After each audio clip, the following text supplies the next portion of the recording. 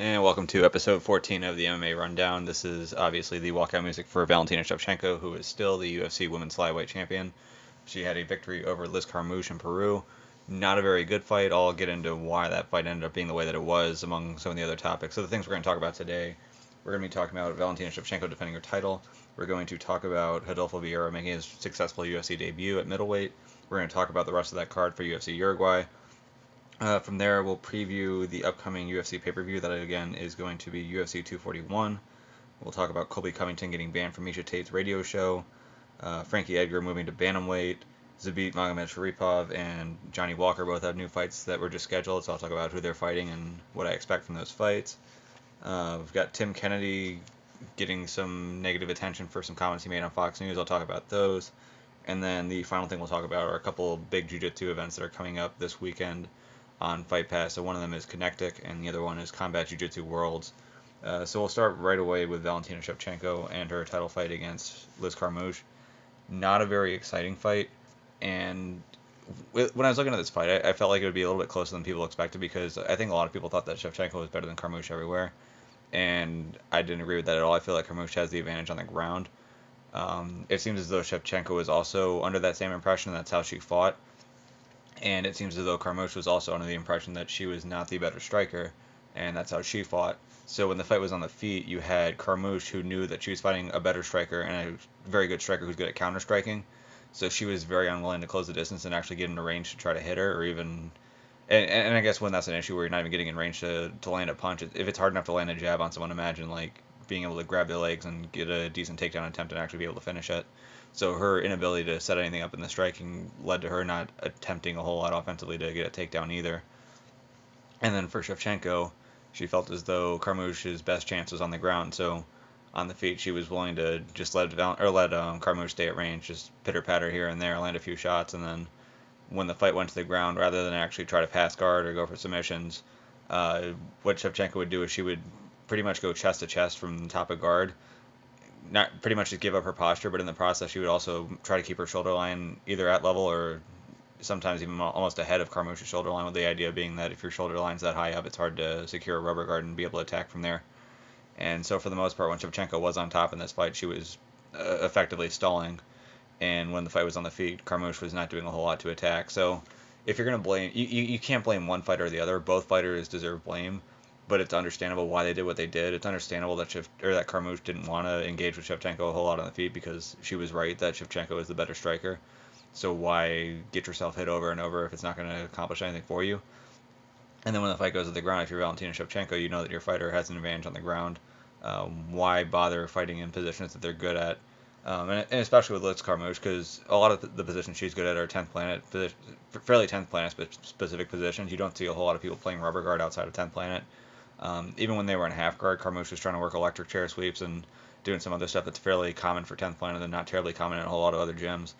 So for Shevchenko, just to avoid those positions and not engage a whole lot, it makes sense. You don't want her opening up too much and setting herself up to get submitted, or you wouldn't think that's smart of her to do. And then on the feet, is it that smart for Carmouche to open up and get herself just lit up? I don't know. Now, it's worth mentioning that Shevchenko, though she did have a very nasty finish in her last fight against Jessica Eye, isn't exactly known for finishes in the UFC. Wins a lot of fights by decision. So being afraid to engage with Shevchenko on the feet, though I get that she is capable of doing a lot, if you're not willing to engage with Shevchenko, there are a lot of other fighters out there who are going to hit you a lot harder than Shevchenko will, even if Shevchenko will hit you more and hit you more accurately. So it wasn't a great showing by Carmouche on the feet. Wasn't a wonderful showing by Shevchenko on the ground. It'll be interesting to see who these girls fight next and if they try to take a similar game plan into it. I wouldn't hold it too much against Shevchenko. Obviously, she just had a really vicious knockout against Jessica Eye. So if we're looking on a balance of things, the balance of the positive of her knocking out Jessica Eye should definitely make up for this negative here and a really conservative win over Liz Carmouche. For Carmouche, I don't know that she's going to work her way back into a title fight anytime soon. She's in a pretty shallow division, so I guess it's not going to take a whole lot for her to get back up there if she's able to rebound from this, so we'll see. But not a wonderful fight. I'm definitely not interested in seeing a third fight between the two right now to see who wins the rubber match. But that's good for Valentina, for her to get that win and move along in the division and just start racking up title defenses at this point. As for the other big fight that I wanted to talk about, that would be Rodolfo Vieira versus Oscar Pihota. This was a fight that I previewed a couple weeks out. It was one that I was that excited about. Rodolfo Vieira is that special of a prospect. Five-time Jiu-Jitsu champion in the gi for IBJJF, also an ADCC champion back in 2015. Given a pretty difficult matchup here with Pihota, and that Pihota was an ADCC competitor back in 2015 as well, and qualifying for ADCC, though it can be easier if you're doing like the Asian trials or some of the European trials, it's still not an easy task. So for him to qualify and be competing there, it shows that he's pretty good, and for him to survive the way he did, he was doing a lot of very good defensive things early on that I think went a little bit under-recognized. I think a lot of people were seeing Rodolfo get tired towards the end of the fight, and they're thinking, oh gosh, well, if this is the trouble Rodolfo's having with Pihota, imagine him with someone else. The amount of defense that Pihota was able to put up early on to get that fight to last as long as it did is something that I don't expect a whole lot of other opponents at middleweight to be successful in doing. So if Rodolfo is able to take most guys down, I think he'll be able to finish a lot quicker than he did finish with Pihota, but even when he did look tired, he was able to manage to get that late takedown. Almost took the back towards the end of the second round. Pihota used the cage to avoid that, but then Vieira was able to pass him out. Started to use the throw to ground and pound to set up a position where either Pihota had to turtle and end up on his back, which is not a position you want to be in at all with Rodolfo, or in this case, he ended up getting caught in an arm triangle. Rodolfo ended up squeezing pretty tight on that. His back muscles on that, I think, were just ridiculous. One of the things that a lot of people are talking about, and I mean, look, he hasn't tested positive yet, but I think as far as the smell test goes, Rodolfo Vieira, even in his time in Jiu-Jitsu, is always one of those guys where it's like, come on now, like really, he is very technical. He has a lot of very like here's the thing. When you watch Rodolfo Vieira, yes, there's a decent chance that USADA may eventually catch something with him, but there's still a lot of very good technical details that are there as well. It's not as though he's just like some giant steroid monkey that's not doing anything technical. Like his technique is excellent as well, but yeah, watching the arm triangle and just like watching his muscles all tense up there when he was going for the finish was kind of terrifying. But for Rodolfo, a big win. Wasn't an easy matchup. It'll be interesting to see who they match him up with next. If you're looking for a matchup against Rodolfo that's going to be very tough right now, you're going to want someone who can keep him from taking him down and is going to be able to expose him on the feet. From what we saw on the feet with Rodolfo, he was not really opening up that much. It was pretty clear that he knew what he wanted to do, and that was to take the fight to the ground. He didn't really want to engage in any long exchanges and get caught. Threw a couple of jabs that were really stiff. In the second round, he would keep his lead hand down a little bit when it was starting to get tagged a little bit. Even got a pretty big shiner as a result. So it's pretty clear at this point, Rodolfo hasn't been in MMA that long. His striking has a long way to go. But he was one of those jiu-jitsu guys who had a pretty good wrestling game for jiu-jitsu. So if you're looking at a jiu-jitsu style that translates well from jiu-jitsu to MMA, he's got it. He's probably got the prototypical style that you want. So at least that's built in, and that's a reason why he's been able to beat some pretty good guys up to this point and was able to get a win over Pihota here. But I wouldn't rush him too quickly if I were the UFC, even though there are some matchups that are in the top 15 that he may be able to win right now. I think it's best to give him some more time to work on that striking, and maybe even give him a little bit more time to work on the wrestling too. It's not that the wrestling's bad, but that's definitely something that's going to need to continually develop if he's going to be successful in the UFC. So not a bad debut from him. As far as the rest of the card goes, obviously we had the main event with Shevchenko defeating Carmouche. In the co-main event, Vicente Luque beat Mike Perry in a split decision. As far as how this one was scored, I wasn't watching it close enough where I could feel like a confident judge, but I thought Luque had won. One of the reasons why I felt that way is because a lot of times when Mike Perry would be going forward, his shots would either be getting blocked or they'd be missing by very small margins. So you see guys like Leonard Garcia who you'd watch a fight, you'd think he'd lose, but because he'd be swinging so wildly into his punches, sometimes that would affect the judges. I don't know if that's why a lot of people thought that Perry was doing better than he was, because he was swinging really hard when he was swinging. But it seemed to me that Luque was a little bit more accurate, did a pretty good job defensively, and that was enough for him to take at least 2 of the rounds. But either way, excellent fight. The third round was very exciting. He had Luque land that huge knee, go for that guillotine choke that was he was sort of curled up on the wrong side. You can still finish that way, but it's harder.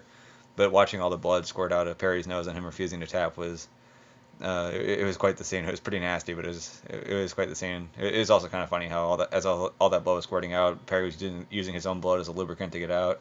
But that's Mike Perry for you. Very exciting fight. In the fight before that, you had Eduardo Garagori, who was the only guy from Uruguay on the main card, versus Humberto Bandonai. It felt like a somewhat close fight, but I think Garagori had a slight edge in each of the rounds, and he did win every round 30-27. Bandonai acted as though he was shocked at the scorecard. I mean, I don't know. I guess sometimes when you're in there, you sort of downplay the strikes that someone lands on you and then overplay the strikes that you land on your opponent while you're in there. Maybe if he goes back and watches it, he might feel a different way about the score. But either way, pretty solid fight, pretty good Muay Thai from Garagori. I don't know that he's a guy who we should be looking at right now as like a future title prospect or a future guy who's going to make it into the top 15. But at 13-0 and getting a win there, that's pretty good for him at this moment. Then we had Volkan Ozdemir versus Ilir Latifi. Ozdemir got the victory there, and it was an absolutely dominant win by him. I listened to a pre-fight interview from Ozdemir, and he was saying that the two had trained together, and he sounded extremely confident in a way where it's like he must have known that, like, based off of their training sessions, that he had a pretty big edge there, and that was obviously the case. Latifi had a lot of trouble getting him down. Did land one nice takedown, but wasn't able to do anything with it. But on the feet, Ozdemir was just lighting him up, had the length on him, was landing a lot of hard shots, and ended up taking him out with a big left hand, and then landed an extra one to put him out for good, and then was throwing another one as the ref jumped in. But pretty rough knockout for Latifi, who's now 15-7. For Ozdemir, he was coming into that fight on a 3-fight losing streak, although the last loss that he had against Dominic Reyes probably should have been a win in his favor. But this way, it kind of stops the bleeding. I believe he was ranked 7th heading into this fight, so on a 4-fight losing streak, if you lose to a top 10 guy, does that get you cut? I don't know about that, but now he definitely doesn't have to worry about being cut. He secured a spot, at least in the top 8 for the light heavyweight division, and we'll see what he does next, especially in a division that's not very thick, or in a pretty thin division. And if John Jones wants to continue fighting, if Volkan Ozdemir gets a couple wins here, I mean, him and Jones haven't fought before. You're kind of looking for fresh matchups for Jones, so he might actually be closer to a title fight than we even realize at the moment. So really big win for him. There was the Rodolfo versus Pihota fight that I already talked about. Then the first fight on the main card, Enrique Barzola and Bobby Moffitt had a really good fight. That Barzola won a split decision on. I'm not sure if his late takedowns affected the judges on that or if that was just more of a strategic thing he was doing. But either way, both of those guys were going at it. Pretty good striking, some good wrestling exchanges as well. On the prelims, the main event on the prelims was Gilbert Burns defeating Alexei Kunchenko, who was 20-0 coming into that and a former M1 champion. Gilbert Burns moving up from lightweight. Burns is a guy who, at least on paper and when you watch him, he's got a lot of the skills that you would think are necessary to easily crack a top 15 and really climb his way up even past that. The guy's a former Brazilian Jiu-Jitsu world champion, sort of like Vieira in that he also likes to wrestle and attack from top, although Vieira is better at that than he is, but even still, it's a game he plays very well. So just purely from a Jiu-Jitsu guy coming in, he had the right Jiu-Jitsu style to do well in MMA. His striking seems to be improving pretty quickly. He hits really hard with his right hand. And this win over Kunchenko, I mean that's a big win for him. I don't know where people saw Kunchenko as being ranked. He was 2-0 in the UFC before that, beating 2 former title challengers, but title challengers who were long past their prime, and Thiago Alves and Yushin Okami. So for Gilbert, at least he does get that win here. It's probably going to propel him into a pretty decent fight in his next one at welterweight. And for all we know, he might eventually slide his way into the top 15 there, and it'll be interesting to see how far he goes. But he's got a great skill set. It's just going to be a matter of him finding a way to win these tough fights that are really going to advance him further up in the division. I think he was ranked at the time that he lost to Dan Hooker, and that was one of those fights where it's like if he got the win there, he could have been pretty close to working his way up towards the top of the lightweight ladder, but having that loss sort of pushed him back. So I think in this case, if he can continue to win at welterweight, continue to work his way up, he's a guy who I won't be shocked if he slowly works his way up towards like a top 10, top 5 of whatever weight class he decides to dedicate himself to. The fight before that was Cyril Gane versus Rafael Pessoa. Cyril Gane is a guy who a lot of people are looking at as like an heir apparent for Francis Ngannou, given that they're both training partners. Gane is 12-0 in Muay Thai, so known for his really good kickboxing. And in this being his debut and being against a guy in Pessoa who was just throwing heat at him, he was a little bit cautious, which is understandable, and it was the right thing to do. Outstruck him on the feet. Pessoa went for a takedown and sort of screwed up in the process of going for the takedown, and as a result, Gane was able to roll through and end up on top. And then from there, it almost felt as though Pessoa sort of gave up from there. Didn't really make any effort to defend the arm triangle choke. Didn't really make a strong effort even to get back up after that point. But in the process, Gane ends up getting a submission victory over a guy who's known for his jiu-jitsu. I think it is worth mentioning that the Pessoa that got submitted wasn't a very good at jiu-jitsu Pessoa. I would say like the technique that he showed was not impressive. So you can't fault Gane for doing what he had to do to get the finish, but I wouldn't give him too much credit for submitting Pessoa there either. It's not as though he used some sort of technical mastery to get it. It was more of what Pessoa did wrong than what Gane did right, I would say. The fight before that, you had Tisha Torres versus Marina Rodriguez. Rodriguez is 12-0.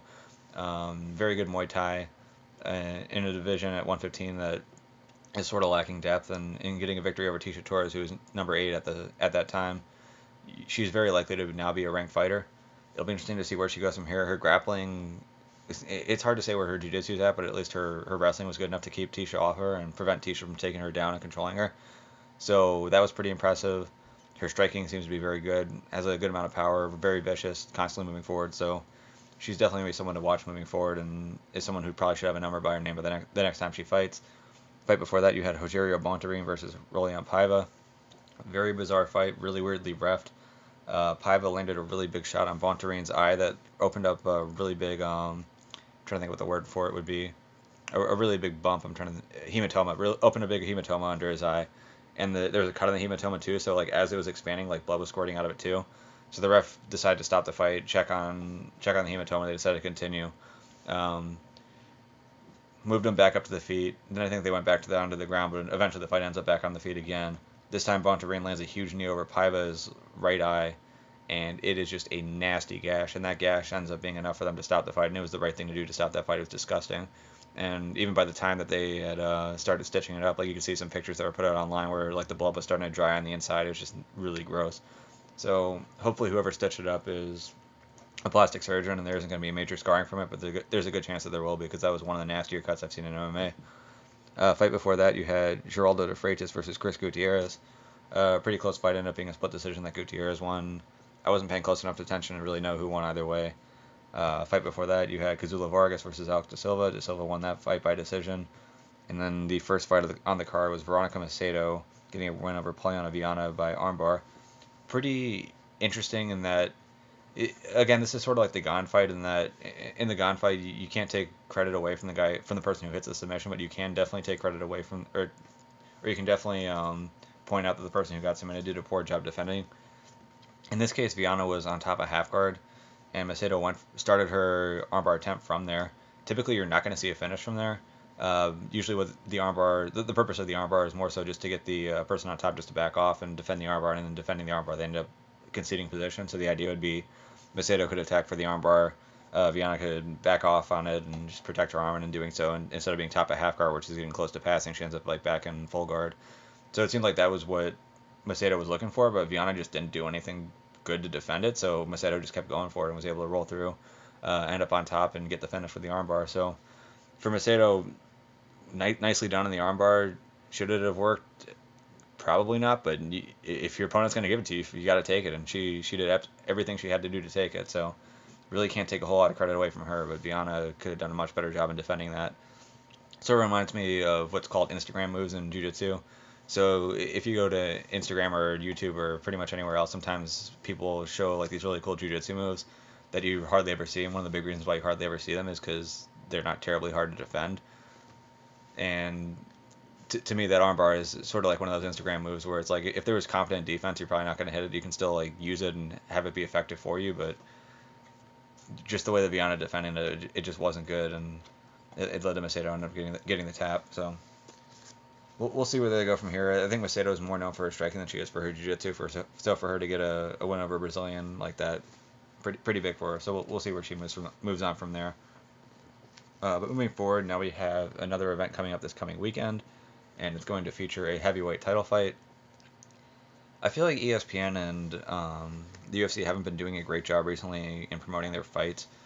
In the Colby Covington fight, this was a big thing I was talking about, where they were trying to promote him more as a face than a heel, and that they were trying to say, hey, look at Colby, he's doing so many nice things for the troops, and the troops really appreciate him, rather than leaning into the fact that he's a heel and talking about how he's close to the Trumps and letting that be a bigger story, because I feel like that's a much bigger story to tell. With this fight card, yes, you do have the rematch between Cormier and Miocic as the main event, but let's be honest here, the Nate Diaz versus Anthony Pettis fight it's a story that needs to be told. I think people need to understand that this is the return of Nate Diaz since he last fought Conor McGregor. That's a big fight. That's a big deal. And it feels as though a lot of the promos around this are just solely focused on this heavyweight title fight rematch that wasn't exactly something that people were demanding or really like needed to see. So hopefully with this being the fight week, they're actually going to focus more on their co-main event and at least like talk about how deep the card is, because the final 3 fights on this card are fantastic. And if you just focus on the main event, I think you're kind of wasting an opportunity from a marketing standpoint. But at least from the fighting standpoint, let's just talk about the card top to bottom. So the main event is Daniel Cormier versus Stipe Miocic. This is a rematch from the last heavyweight title fight that Miocic had, although Cormier had a fight with Derek Lewis since then. Cormier was hoping to wait out until Brock Lesnar came over, but that never happened, so now they're having their rematch. Rewatched that fight fairly recently. I mean, Miocic did some things right, but it's not as though he was ever like getting to the point where he was like putting Cormier in a whole lot of danger. It seemed as though Cormier was getting his reads as the fight went on, was getting better as the fight went on. Yes, he did land an eye poke. Is it possible that the eye poke caused some issues for Stipe? Definitely. I don't know if the eye poke was responsible for the knockout punch though. So at least if we're trying to figure out who's going to win this rematch, I would figure that Cormier's probably got the edge here. It's hard to pick against Stipe. Stipe is a very solid all-around heavyweight, good boxing, very good wrestling. Not a guy who's easy to take down and control. So at least on that end, it's not like it's going to be an easy out for Cormier here, but I think Cormier is going to have some success in the clinch again, whether he's able to take Miocic down and try to grind him out, or if he is able to land some big punches again like he did in the last fight. Because the one that landed and actually knocked Stipe out, I don't even think that was the biggest shot that he landed in the clinch. He landed a right hand earlier on in that fight that Stipe ended up eating pretty well, but that opening was there for Cormier. He was talking about how he saw that opening before the fight happened. He used that opening a couple times, and the last time he used it, he ended up getting the knockout. So, is it possible that Stipe at this point was able to clean up that hole, and in doing so, is going to be much better off than he was in the first fight? I guess it's possible, but it's hard for me to predict that that's going to be the case. So for me, I see Daniel Cormier getting another win here and retaining his title. In the co-main event, we have Anthony Pettis, who is a slight favorite over Nate Diaz. This is a tough fight to predict because I think if we're looking at a normal Nate Diaz, a Nate Diaz who's fairly active, I think he would probably be the favorite here. Very good at putting pressure on guys, very good with his boxing, and Pettis is the guy who has wilted later on in fights. Like, you'd figure the longer this fight goes, the more that's going to favor Diaz. And if Diaz has been training throughout this entire time since the last fight that he had, maybe that's going to be the case again. But it's just one of those things where I'm not going to bet on it, even though I have a feeling that Diaz is going to win. That's just because I don't know what Diaz has been doing of late to continue to improve his game. But I guess one of the positive things about him not training a whole lot could also mean that he's not taking a lot of damage in the gym. But to me, Diaz should, on paper, this should go to Diaz. But the question of what has Diaz been doing in the last few years to train, that's a big question that's really going to determine how this fight's going to go. The fight before that, we have Yoel Romero versus Paulo Costa, or Paulo Borrachini, if that's how you know of him. Interesting fight in that Costa. I was talking earlier about Rodolfo Vieira being one of those guys who doesn't pass the smell test. Costa may even be worse than Rodolfo in terms of that. But as far as his skill set, he definitely hits pretty hard. He's very strong, so he's hard to take down and control. Yoel Romero, though he's known for his wrestling, he was a very good freestyle wrestler, not a good folk style wrestler. The difference being is that in freestyle, when you take a guy down, you have about 10 seconds of work, and then from there they'll stand you back up. In folk style, you take a guy down, and you can just accrue riding time, and from there, it really built the ability to hold people down better. And from what we've seen in Yoel's career, there have been a lot of times where he's able to take guys down once the fight hits the mat. He's not as good and controlling as some of the other wrestlers we're used to seeing, especially the wrestlers who come from America and have that folk style background. So if Romero is able to take Costa down, I don't know that it's a given that he's going to be able to keep him down the entire time. Not to say that he can't, but I don't know that I just wouldn't equate his Olympic silver medal to him being able to control someone like a guy like, say, Ben Askren. I wouldn't say that much. So it'll be interesting to see if these guys are able to keep up a hard pace for the whole 3 rounds. But you'd have to figure that Yoel Romero should be the favorite. I think even if the fight does stay on the feet, even though Costa is dangerous from there, it's not as though Yoel isn't. I think both of them are going to respect each other's power, but Yoel is probably a little bit more experienced in playing the waiting game on the feet and picking his shots than Costa is. I think Costa's more used to just running forward, and if he does that, he's probably going to get caught by Yoel Romero. If he tries to play Yoel's game and just sort of like wait for his opportunities, I think Yoel's going to beat him at that game. So to me, I see Romero winning this fight, but Costa's one of those guys where he's got a shot in any fight he's in just because he hits so damn hard and he's so big. Fight before that, we have Gabriel Benitez and Sadiq Youssef. Both these guys are pretty decent up-and-comers. Benitez, I don't know that I see him potentially working his way into the top 15 at any point, but I think Youssef potentially could have that sort of, I'm trying to think about a good word for that would be a ceiling, so to speak. As far as the odds go, Benitez is a plus 280 underdog, and Youssef is a minus 360 favorite, so it seems as though the odds makers see it the same way. They think Youssef is probably going to win this fight. And then the first fight on the main card is Derek Brunson versus Ian Heinisch. Heinisch just had a really big win over Antonio. It's Shoeface. I don't remember what the Portuguese version is, but it's Shoeface. He was a top 15 middleweight, also very good at jiu-jitsu. took a fight at Submission Underground a few years back against Gary Tonin. Now, granted, Tonin's smaller than him, but he still hit a flying triangle on Gary Tonin, so it just kind of shows you where his jiu-jitsu's at, and Heinisch was able to avoid a lot of that trouble and ended up getting the win there. And he's fighting against Derek Brunson, who at one point seemed to be working his way up towards the top of the middleweight division, but has had some tough losses to some of the guys who are actually at the top now. Heinisch is the favorite here at -180 versus Brunson coming back on +150. I don't know if we're pushing Heinisch a little bit too far too soon. I think this fight's probably going to be a little bit closer. I think if I was running the line on it, I'd probably say it was a little bit more of an even line. I think Brunson's got a decent shot here, but definitely going to be an interesting fight to watch. And I can't wait to see who actually ends up coming out on top. As far as the prelims go, we have Devontae Smith versus Clay Collard. We have a really big one at bantamweight with Rafael Assunção versus Corey Sandhagen, where Sandhagen is actually the favorite over Assunção. Assunção is a guy who hardly ever loses at bantamweight, but he's a +150 underdog against Sandhagen. Sandhagen, pretty good everywhere, mostly known for his striking, very good boxing, but he's got good kicks and knees as well. On the mat, Assunção should have the advantage, but Sandhagen's probably good enough where if he does take it there, he can probably just play defensive and kill the clock. It's one of those things where if there's like no time limit and they stay on the mat, that Assunção's going to win that, but when you're fighting in these 5-minute rounds, I think Sandhagen can do enough to stay safe to move along. Then we have Christos Giagos versus Drakkar Klose. And we also have Manny Bermudez making his return, 14-0 prospect against Casey Kenny. Bermudez is a very good jiu-jitsu guy, has a lot of tricky, unique submissions. Did a breakdown on one of his submissions that he hit earlier in the year. That was a really cool guillotine off of a crucifix attempt. So we'll see if he's able to hit another cool submission here against Casey Kenny. And then on the early prelims, we have Hannah Cyphers versus Jody Escobar, Kyung-Ho Kang versus Brandon Davis, and Sabina Mazo versus Shayna Dobson, who at 3-2 is apparently a UFC fighter, but I guess these divisions are a little bit weaker, so that's what they have to accept. Moving on, we have Colby Covington being banned from Meisa Tate's radio show. I'm just going to play really quick the clip that eventually got him banned, and then talk about it after. There's nothing in my contract that says I have to be nice. They say, hey, you get in your underwear and you go in there and you want to brutally beat someone up and leave them in the hospital, but I don't remember anybody saying anything about being nice or saying nice words about people. So I just don't care what people think. All the people that are saying things, they live in glass houses. The people that try and slander my name, they want to make me look bad and say things like that. They should be careful what they're saying. They live in glass houses. Don't throw rocks when you live in glass houses. So what is it that inspired you to say something kind about Robbie? Because I feel like that was a bit uncharacteristic of what we typically see and how you typically promote is, you do bring the trash talk. You do bring the things that get everybody fired up and gets headlines and people clicking and people are interested in that. But then you come out and you say something so ultra respectful and even starting the show, right, calling the man a legend. Why? What's the change in tune? Meisa, I bring in the ratings. There's a reason you had me on your show today. I know you talk things about me behind my back, and it gets back to me. All the people say about how negative thoughts you say about me, and how I'm this, I'm how I'm that, and I just think it's very hypocritical because I don't think you're a perfect person. You might have some skeletons in your closet as well. So for you to call out me and say what I do wrong, I sell and promote fights, and that's what I'm doing right now, and I go out there and I win those fights.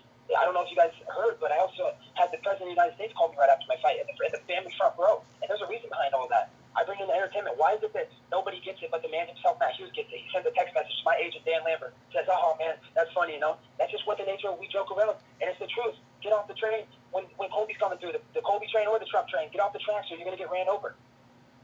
Look, Colby, I respect your opinion and everything, and I hope you don't think anything I say on air is talking trash. I don't have your number directly. Maybe look, I say it, and I expect fully that it's public news, and you can hear it, and, I'm definitely not trying to say anything behind your back. Before you got on the show, if you were listening, I said, look, I met Colby, he was volunteering his time, he's a super nice person. At that time, I didn't really follow, his interviews, and the first time I heard him talk, I was shocked, because I felt like he was such a nice person, and I think that this is an act, and I will go on air right now, right to your face, and tell you, I don't typically like that kind of talk, the trash talk. It's not what I follow, it's not what I like.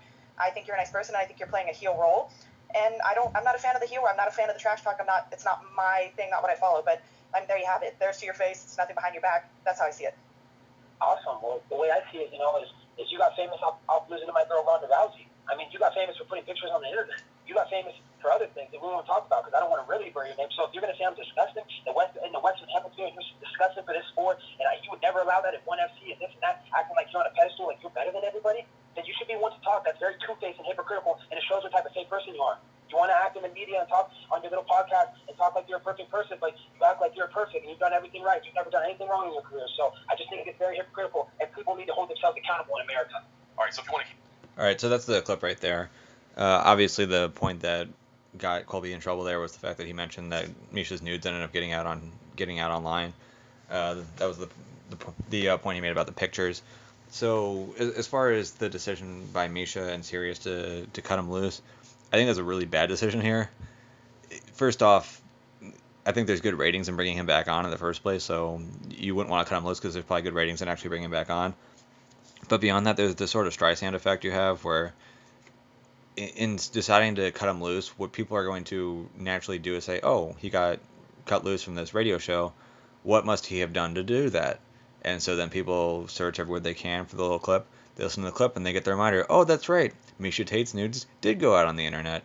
Funny that she brought that up. Maybe I should go back and look for them. So if Misha's whole purpose here was to make sure that people don't look for her nudes again or to try to like hide that or bury that, cutting Colby from your radio show is a really bad way to do it, because I think in doing so, you're going to have a lot more web traffic now on whatever website is hosting those news than there was in the prior week. So maybe if that's what Misha wants, then perfect. Good job by her. She gets people to now realize that she has a radio show and she's also got people looking at her nudes, and maybe that's what she wants. But if that's not what she wants, which I would figure is the case, well, you sort of just steered people in that direction. So not exactly a smart move by you right there.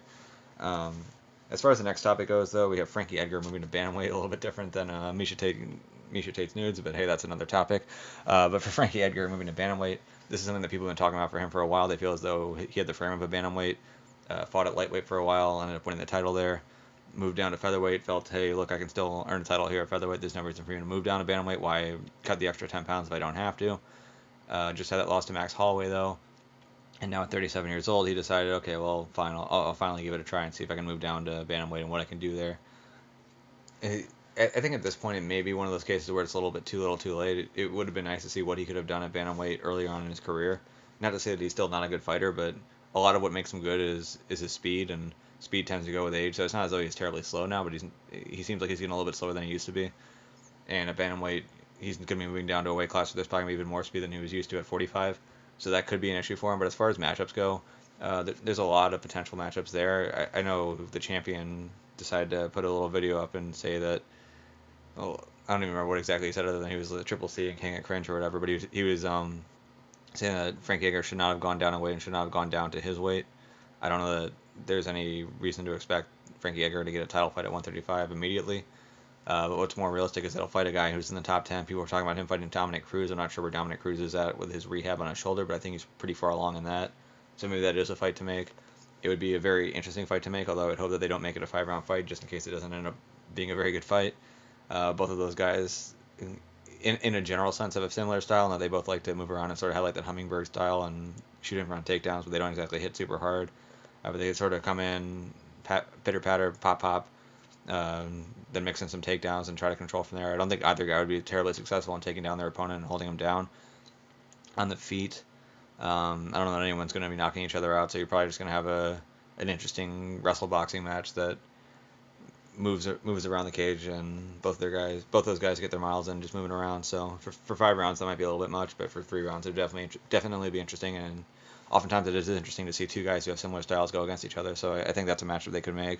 But it's also going to be interesting to see when they think he's going to be ready. He just had a 5-round title fight, got hit a lot by Max Holloway, so I don't know that he's going to be looking to return in the next month or two. I think he may be looking a few months down the line. Plus, he probably wants to thin out a little bit just to make the weight cut a little bit easier. So I don't know when his return will be, but it is worth noting that a former UFC champion and former UFC title contender as of a month ago, or as of within the last month, is now moving down a weight class to 135.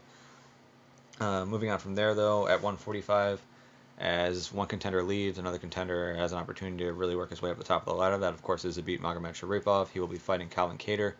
Very interesting fight in that when you look at Zabit, the one area where it seems as though he's got some issues, I guess sort of the two areas would be his boxing and then also his cardio. You'd figure that guys who are very good technical boxers could give him problems because his striking's more kickboxing centric and more based around throwing wild kicks. And Calvin Kattar has very good boxing, so that could be a potential issue for him. He also hits very hard. But from the grappling standpoint, I think if Zabit does decide to make this fight a little bit more grappling centric, sort of like what he did with Shaman Moraes, he could potentially be very successful and win this fight fairly easily. But I don't know that is what he's going to do. When he fought against Jeremy Stephens, it would have made a lot more sense to make that a grappling centric fight, and that's not really what happened there either. So to me, I think there's a good chance that we're going to have some really good exchanges in this fight. This could be a very exciting fight. But I think Zabit should be the favorite here, although Calvin Kattar is a very live underdog, and it wouldn't shock me if Kattar landed a huge shot and was able to put him away. The other big name that's going to be making I guess the return to the octagon would be Johnny Walker, who had that big win over Meisa Tate, and then injured himself doing the worm. He's finally returning to the octagon and fighting Corey Anderson. What's difficult about this is that if he does beat Corey Anderson, it's going to be hard to deny him of a title shot. And while it's hard for me to say that he isn't ready for a title shot given the wins he's had, I mean, the biggest win he has right now is Meisa Tate. If you get the win over Corey Anderson, that is a big win. He wins so fast that it's hard to really get a beat on what level his striking's at or what level his grappling's at. But you would have to think that since he's only been doing this for like 6 or 7 years, I think, chances are he's not at the highest level in those areas. And if he has to fight someone for a longer period of time, that's going to start to show. So Corey Anderson may be the guy who's able to expose him and make him look bad. There's also a chance that Anderson just tries to dive forward and runs into a knee. But if Walker does get the win here, he may be pushed into Jon Jones a little bit sooner than he probably should be. And if that's the case, hey, look, he's a guy who knocks people out really quickly, so maybe he lands a big shot on Jon Jones and shocks the world, or maybe Jones just runs through him, and at that point it becomes really hard to sell a rematch even when he's a little bit further along and maybe even ready for a rematch just because of how bad the first fight goes. So I think the UFC needs to be careful about what they do with Johnny Walker here, especially if he does get the win over Corey Anderson. But really big opportunity for him regardless. A couple other things to talk about. So we have Tim Kennedy drawing the ire, or at least the fake ire of the MMA media. So what I'm going to do is I'm going to play a clip of him on Fox News. A lot of people were circulating a short clip of him that basically was giving the idea that he's just saying, oh, the reason why people are doing mass shootings is because people are so upset about masculinity. I'll play the clip and then talk about the response after that. The fact that somebody's saying that there's a toxic masculinity problem, when in fact there's not enough of masculinity. What we're doing to our boys right now is we're stunting them. Like we are built, we are hardwired to do incredible things. Protect is one of them. You know, when you take a boy in school and you say you can't act this way, you can't be energetic this way, you can't explore, you shouldn't do dangerous things, you're messing with the hardwire in their brains. Everyone's made different, but men have to be men. If boys grow up to be men, you have to allow them to do that. When you don't, when you like give them ADHD medications and tell them that they can't go climb a tree, that they can't be busy in the classroom, like these are the results. You have to let boys be boys. But Tim, some parents might hear that and their kids might need those medications. I need those medications. I do. You know, I according to every single teacher or doctor at the time, is like, you know, this kid has an ADHD problem. We got to get this kid on medications. My parents are like, do you know, we're gonna put him in sports. We're gonna put him in martial arts. We're gonna give him activities that become, you know, constructive and a very healthy way to use that energy and to channel that energy.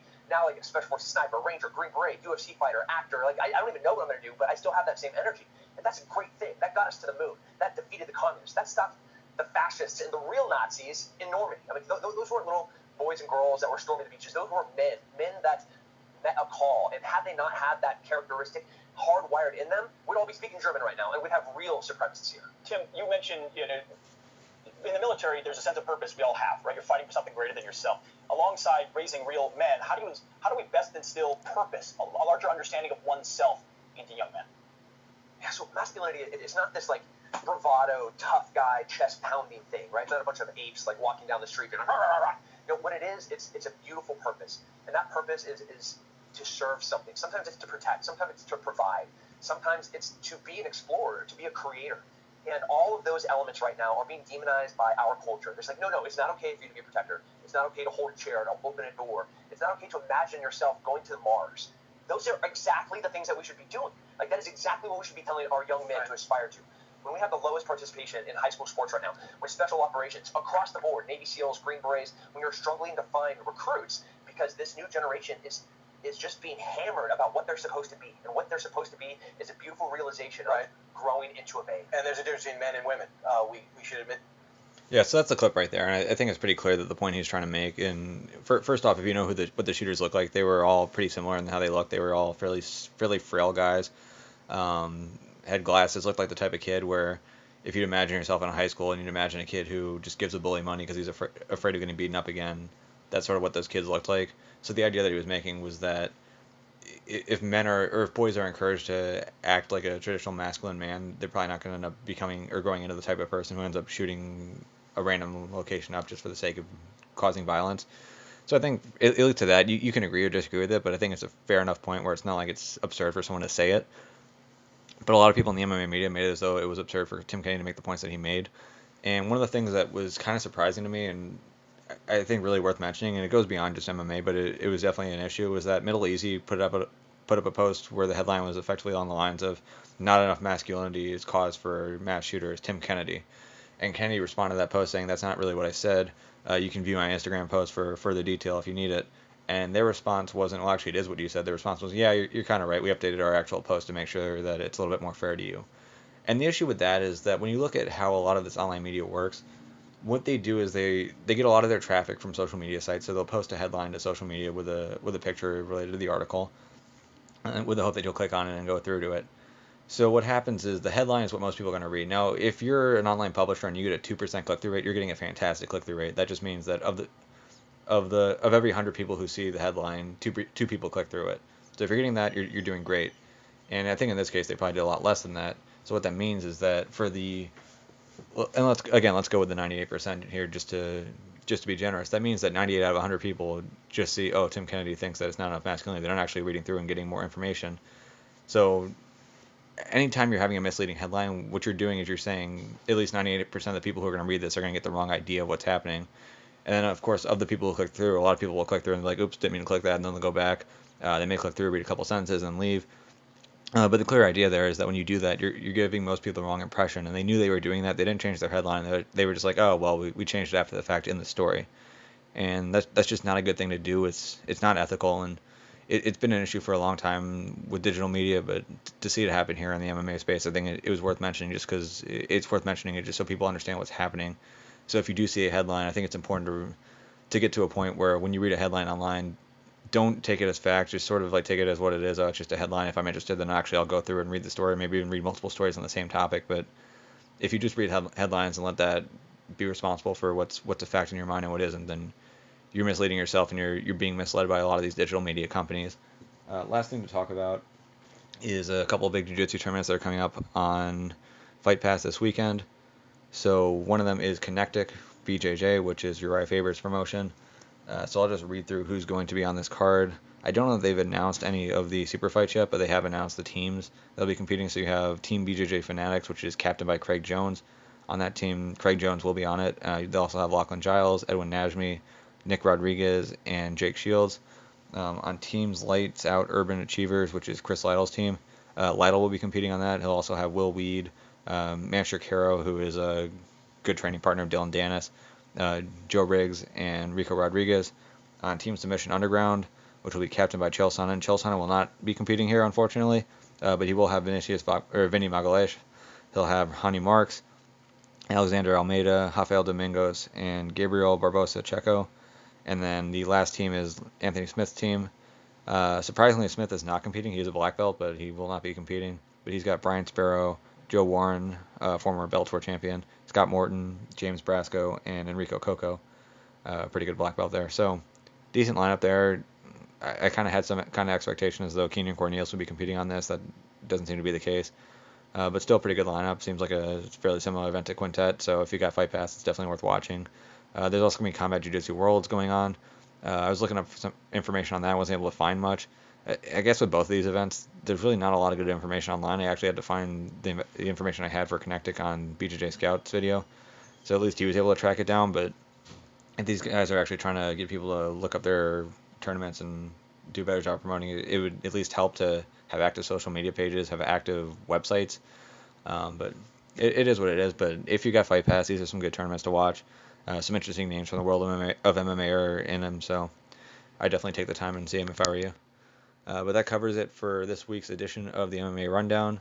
I'll be back next week, obviously, with the recap of UFC 241. There won't be any fight card coming up after that, so hopefully there's some other news to push me through. Otherwise, that'll probably be a pretty short episode.